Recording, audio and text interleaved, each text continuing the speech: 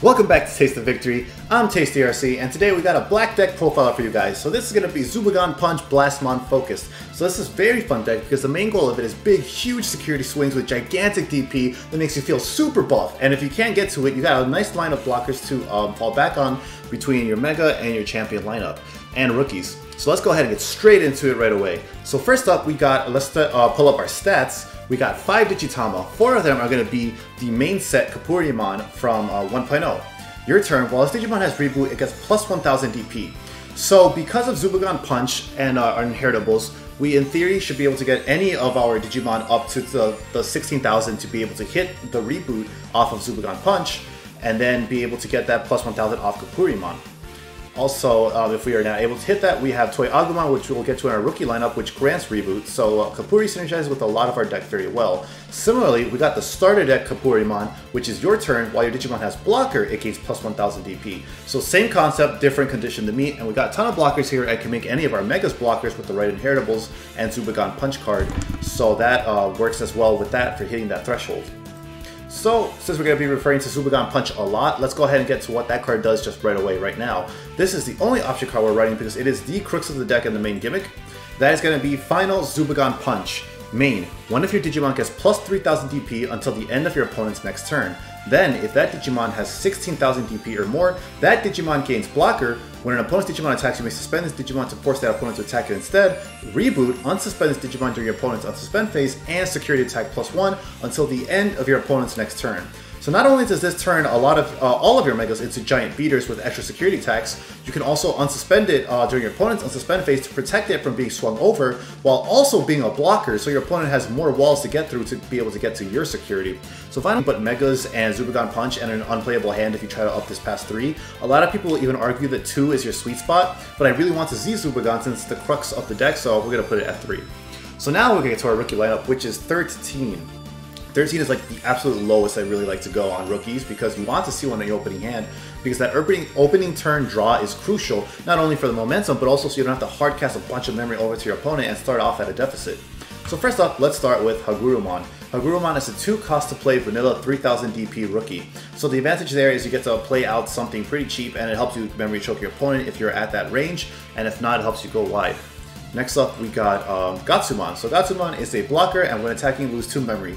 So Gatsumon is great in the early game because he has literally only 3 costs to hardcast the blocker. So yes, he will not be really surviving any swings unless you're playing something that has like 1000 DP rookies, which exists, sure, like that Gabumon in blue. But ultimately, it's going to be dying when you try to block something with it, and that's fine because as long as this thing keeps lethal off your opponent's board, Gatsumon has done its job. So that's why it's cool to be able to run this rookie. Next, we got possibly one of the best rookies in the entirety of Black, Toy Agumon. So Toy Agumon just has an inheritable of Reboot, unsuspend this Digimon during your opponent's unsuspend phase, which is huge. You could give anything Reboot in this deck with this Digimon in the stack. So that you could swing early, and as long as you have enough DP to survive, you don't have to worry about getting beat over by your opponent's attacks next turn, unless you're playing something like Green, which you can unsuspend on their turn. So Toy Agumon is amazing for being able to be aggressive with as little worry as possible. And next, this was a little special option here is the Sonorizamon. So this is the promo Sonorizamon that comes in your Power Up pack when you buy a booster box of Booster Set 4 Great Legend. Luckily, it is not one of the most expensive promos on there. It's actually one of the cheaper ones, if not the cheapest one, I think, in that set of 6. Retailing for like $10, I think is what it's usually at right now. DigimonCard.dev is saying $12 of an average right now. When Palmon goes for like 40 bucks, yeah, I'll take the Sonoriza. But yeah, your turn, all of your black Digimon with 13,000 DP or more gain Piercing. And then it's inheritable, while this Digimon is black and has 13,000 DP or more, this Digimon gains security attack +1. So Sonoriza really helps put this deck strategy into gear because of Blastmon's effect allowing itself to basically be blocked always. Sonoriza kind of fixes that by giving it Pierce, or really anything with 13,000 DP Pierce. So it's really crucial to the strategy to be able to make sure you're always getting to swing at your opponent's security while also being able to remove your opponent's board. It's huge momentum, and Sonoriza is fantastic. Depending on your matchups, you will be able to cast it off for free, like if you go into like Megazoo or something like that, or maybe Green puppeting you get a ton of memory to work with, and this suddenly lets you be able to pierce board. Yeah, so Sonoriza is amazing. You could definitely max this out to 4, and I would definitely encourage it, like just swap out one of the rookies, but to keep costs down, I'm running 3 Sonorizas and I'm trying to build this IRL. And I hope you guys, you know, keep that in mind for yourself as well. If you want to up more, go ahead. So that is our 13 rookies. Next we go to our 11 champions. So first up is Greymon. Greymon is your turn. While this Digimon has reboot, it gains jamming. So you may think that's not too necessary, the jamming, when it already has like 16,000 DP. Since you gain reboot off of Final Zubagon Punch, but at 16,000 DP, what do you need jamming from? So the reason we're really running this is for the early game. Because paired with this Metal Greymon, we get completely free chip. Because of reboot, it naturally has this Metal Greymon, which is an ultimate level 5. It naturally has reboot, so you can swing. Because of the Greymon underneath it has jamming, so it'll always be a free swing because nothing DP-wise will destroy it. It'll unsuspend itself at your opponent's suspend phase, so they can't swing into your ultimate. It's free chip in the early game, which lets you hit crucial numbers to make sure you can swing and destroy your opponent's Digimon, destroy your opponent's security as quick as you can. So I like that little combo there. Another option you could do if you don't want to run this or don't prioritize that combo too much is you could run Sealsdramon. So Sealsdramon, he is a vanilla, no effects, no inheritable, nothing, but 16,000 DP and only one to Digivolve into. So that is huge. You know, if you go first to trick your opponent at one, or if your opponent tries to choke you, to be able to play through the choke and get more actions per turn, those one cost evolutions are important. So we're just running him for that. Next up, we got Dark Tyrannomon. So similar to Tankmon, that one cost is huge, but now because he is also a blocker, there's a lot of value in Dark Tyrannomon. He helps build up to that strategy, that fallback strategy rather, of blockers, and he's also cheap to go into. And he is in the starter deck, so if you have access to the starter deck, you already got 2 of him. So hopefully more accessible than a lot of cards have been in the past. So that is 4 of them, and that is our champion lineup. Next we're going to go to our ultimates where we are running 9 of them. First up, Metal Greymon. As I mentioned previously when I brought up Greymon, this is for chipping at security, be able to go early game with the stack combo there. And if not, it does give reboot, it does have the inheritable of while the Digimon has reboot, it gains security attack +1. So that is amazing because you're already getting +1 off of Zubagon. If you use it on Blastmon, he naturally has security attack +1. So with this underneath it, you're now swinging for 3 checks, which is insane. And the name of the game, you want to punch people as hard as you can in this game when you got all that security to get through. So that is why we're running Metal Greymon. He's a great early chip, and he has a powerful inheritable that boosts our top end and strategy goal. Next up, we got a 1 of Giromon, just because to round out the ratios. I like 9 to make sure you always draw into everything consistently instead of like missing one piece when you're trying to build a stack. Giromon's nothing special. Opponent's turn, this gets +1000 DP. Just a couple of ultimates you can run in his spot. For example, there is, if you have the black starter deck, there is a Megadramon that grants blockers to blocker as an inheritable to anything. If you're running some other kind of backup Mega instead of Craniumon, you don't want to run Craniumon, you don't think he's good or don't have access to him, Megadramon is something to consider to make all your options a blocker. And like even if you're running this lineup, like you're not always gonna have Zubagon, so being have a 13k blocker even without having to rely on Zubagon is amazing. So that's another option you could run if you have the starter deck. But yeah, Giromon is just +1000 DP on opponent's turn, so that is really specifically, in my mind, I was thinking this is for the yellow matchup to get your opponent to have the DP decrease you even more if they want to be able to get through your Digimon to be able to destroy them through War Greymon's effects and whatnot. And then we got Gogmamon. So Gogmamon is actually very crucial to this strategy here as opposed to something like Giromon because its effect is main Digiburst 1. One of your Digimon gets +2000 DP until the end of your opponent's next turn. So this is huge. So like say you do this over something with reboot, maybe your opponent doesn't read your cards and doesn't realize that the boost sticks until the end of your opponent's next turn and then swings into it like, oops, I guess I just lost my Digimon because I didn't read the card. I have done that before, so I don't believe that it's that unlikely to happen.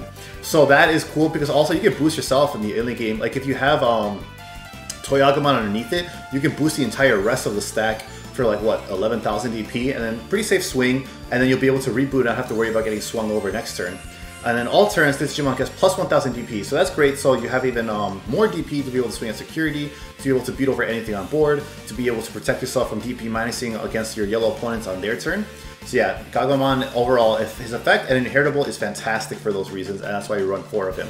So those are our 9 ultimates. Next we go to our Megas, of which we are running 7. So the main strategy, let's go straight to it, is Blastmon. He naturally has security attack +1, he has 3 to Digivolve into, and he also has else other than the stack they've committed to on the field, they're gonna lose it. Because Blastmon will beat over anything, you know? You're not gonna be worried about dying, or getting deleted rather, when you swing and get blocked.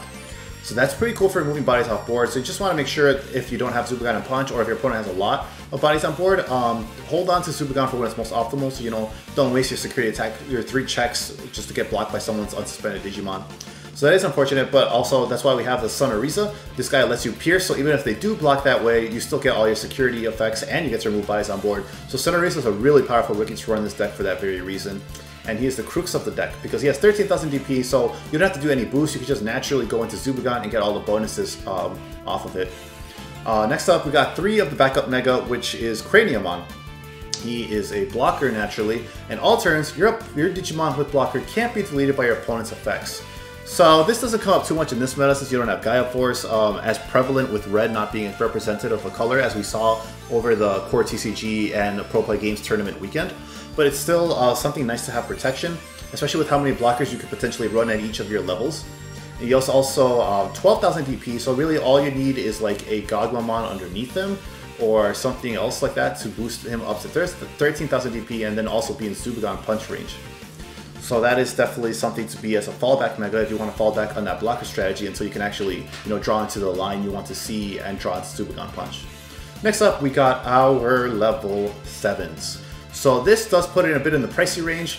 That is Onmyumon Ultra S. It is only a one-off because I feel that's all I have IRL, but it's also I think all you need. Once this Ultra S is calm and white board, it's going to be hard for your opponent to come back once you've got a bunch of blockers or a bunch of security checks on your Zubagons.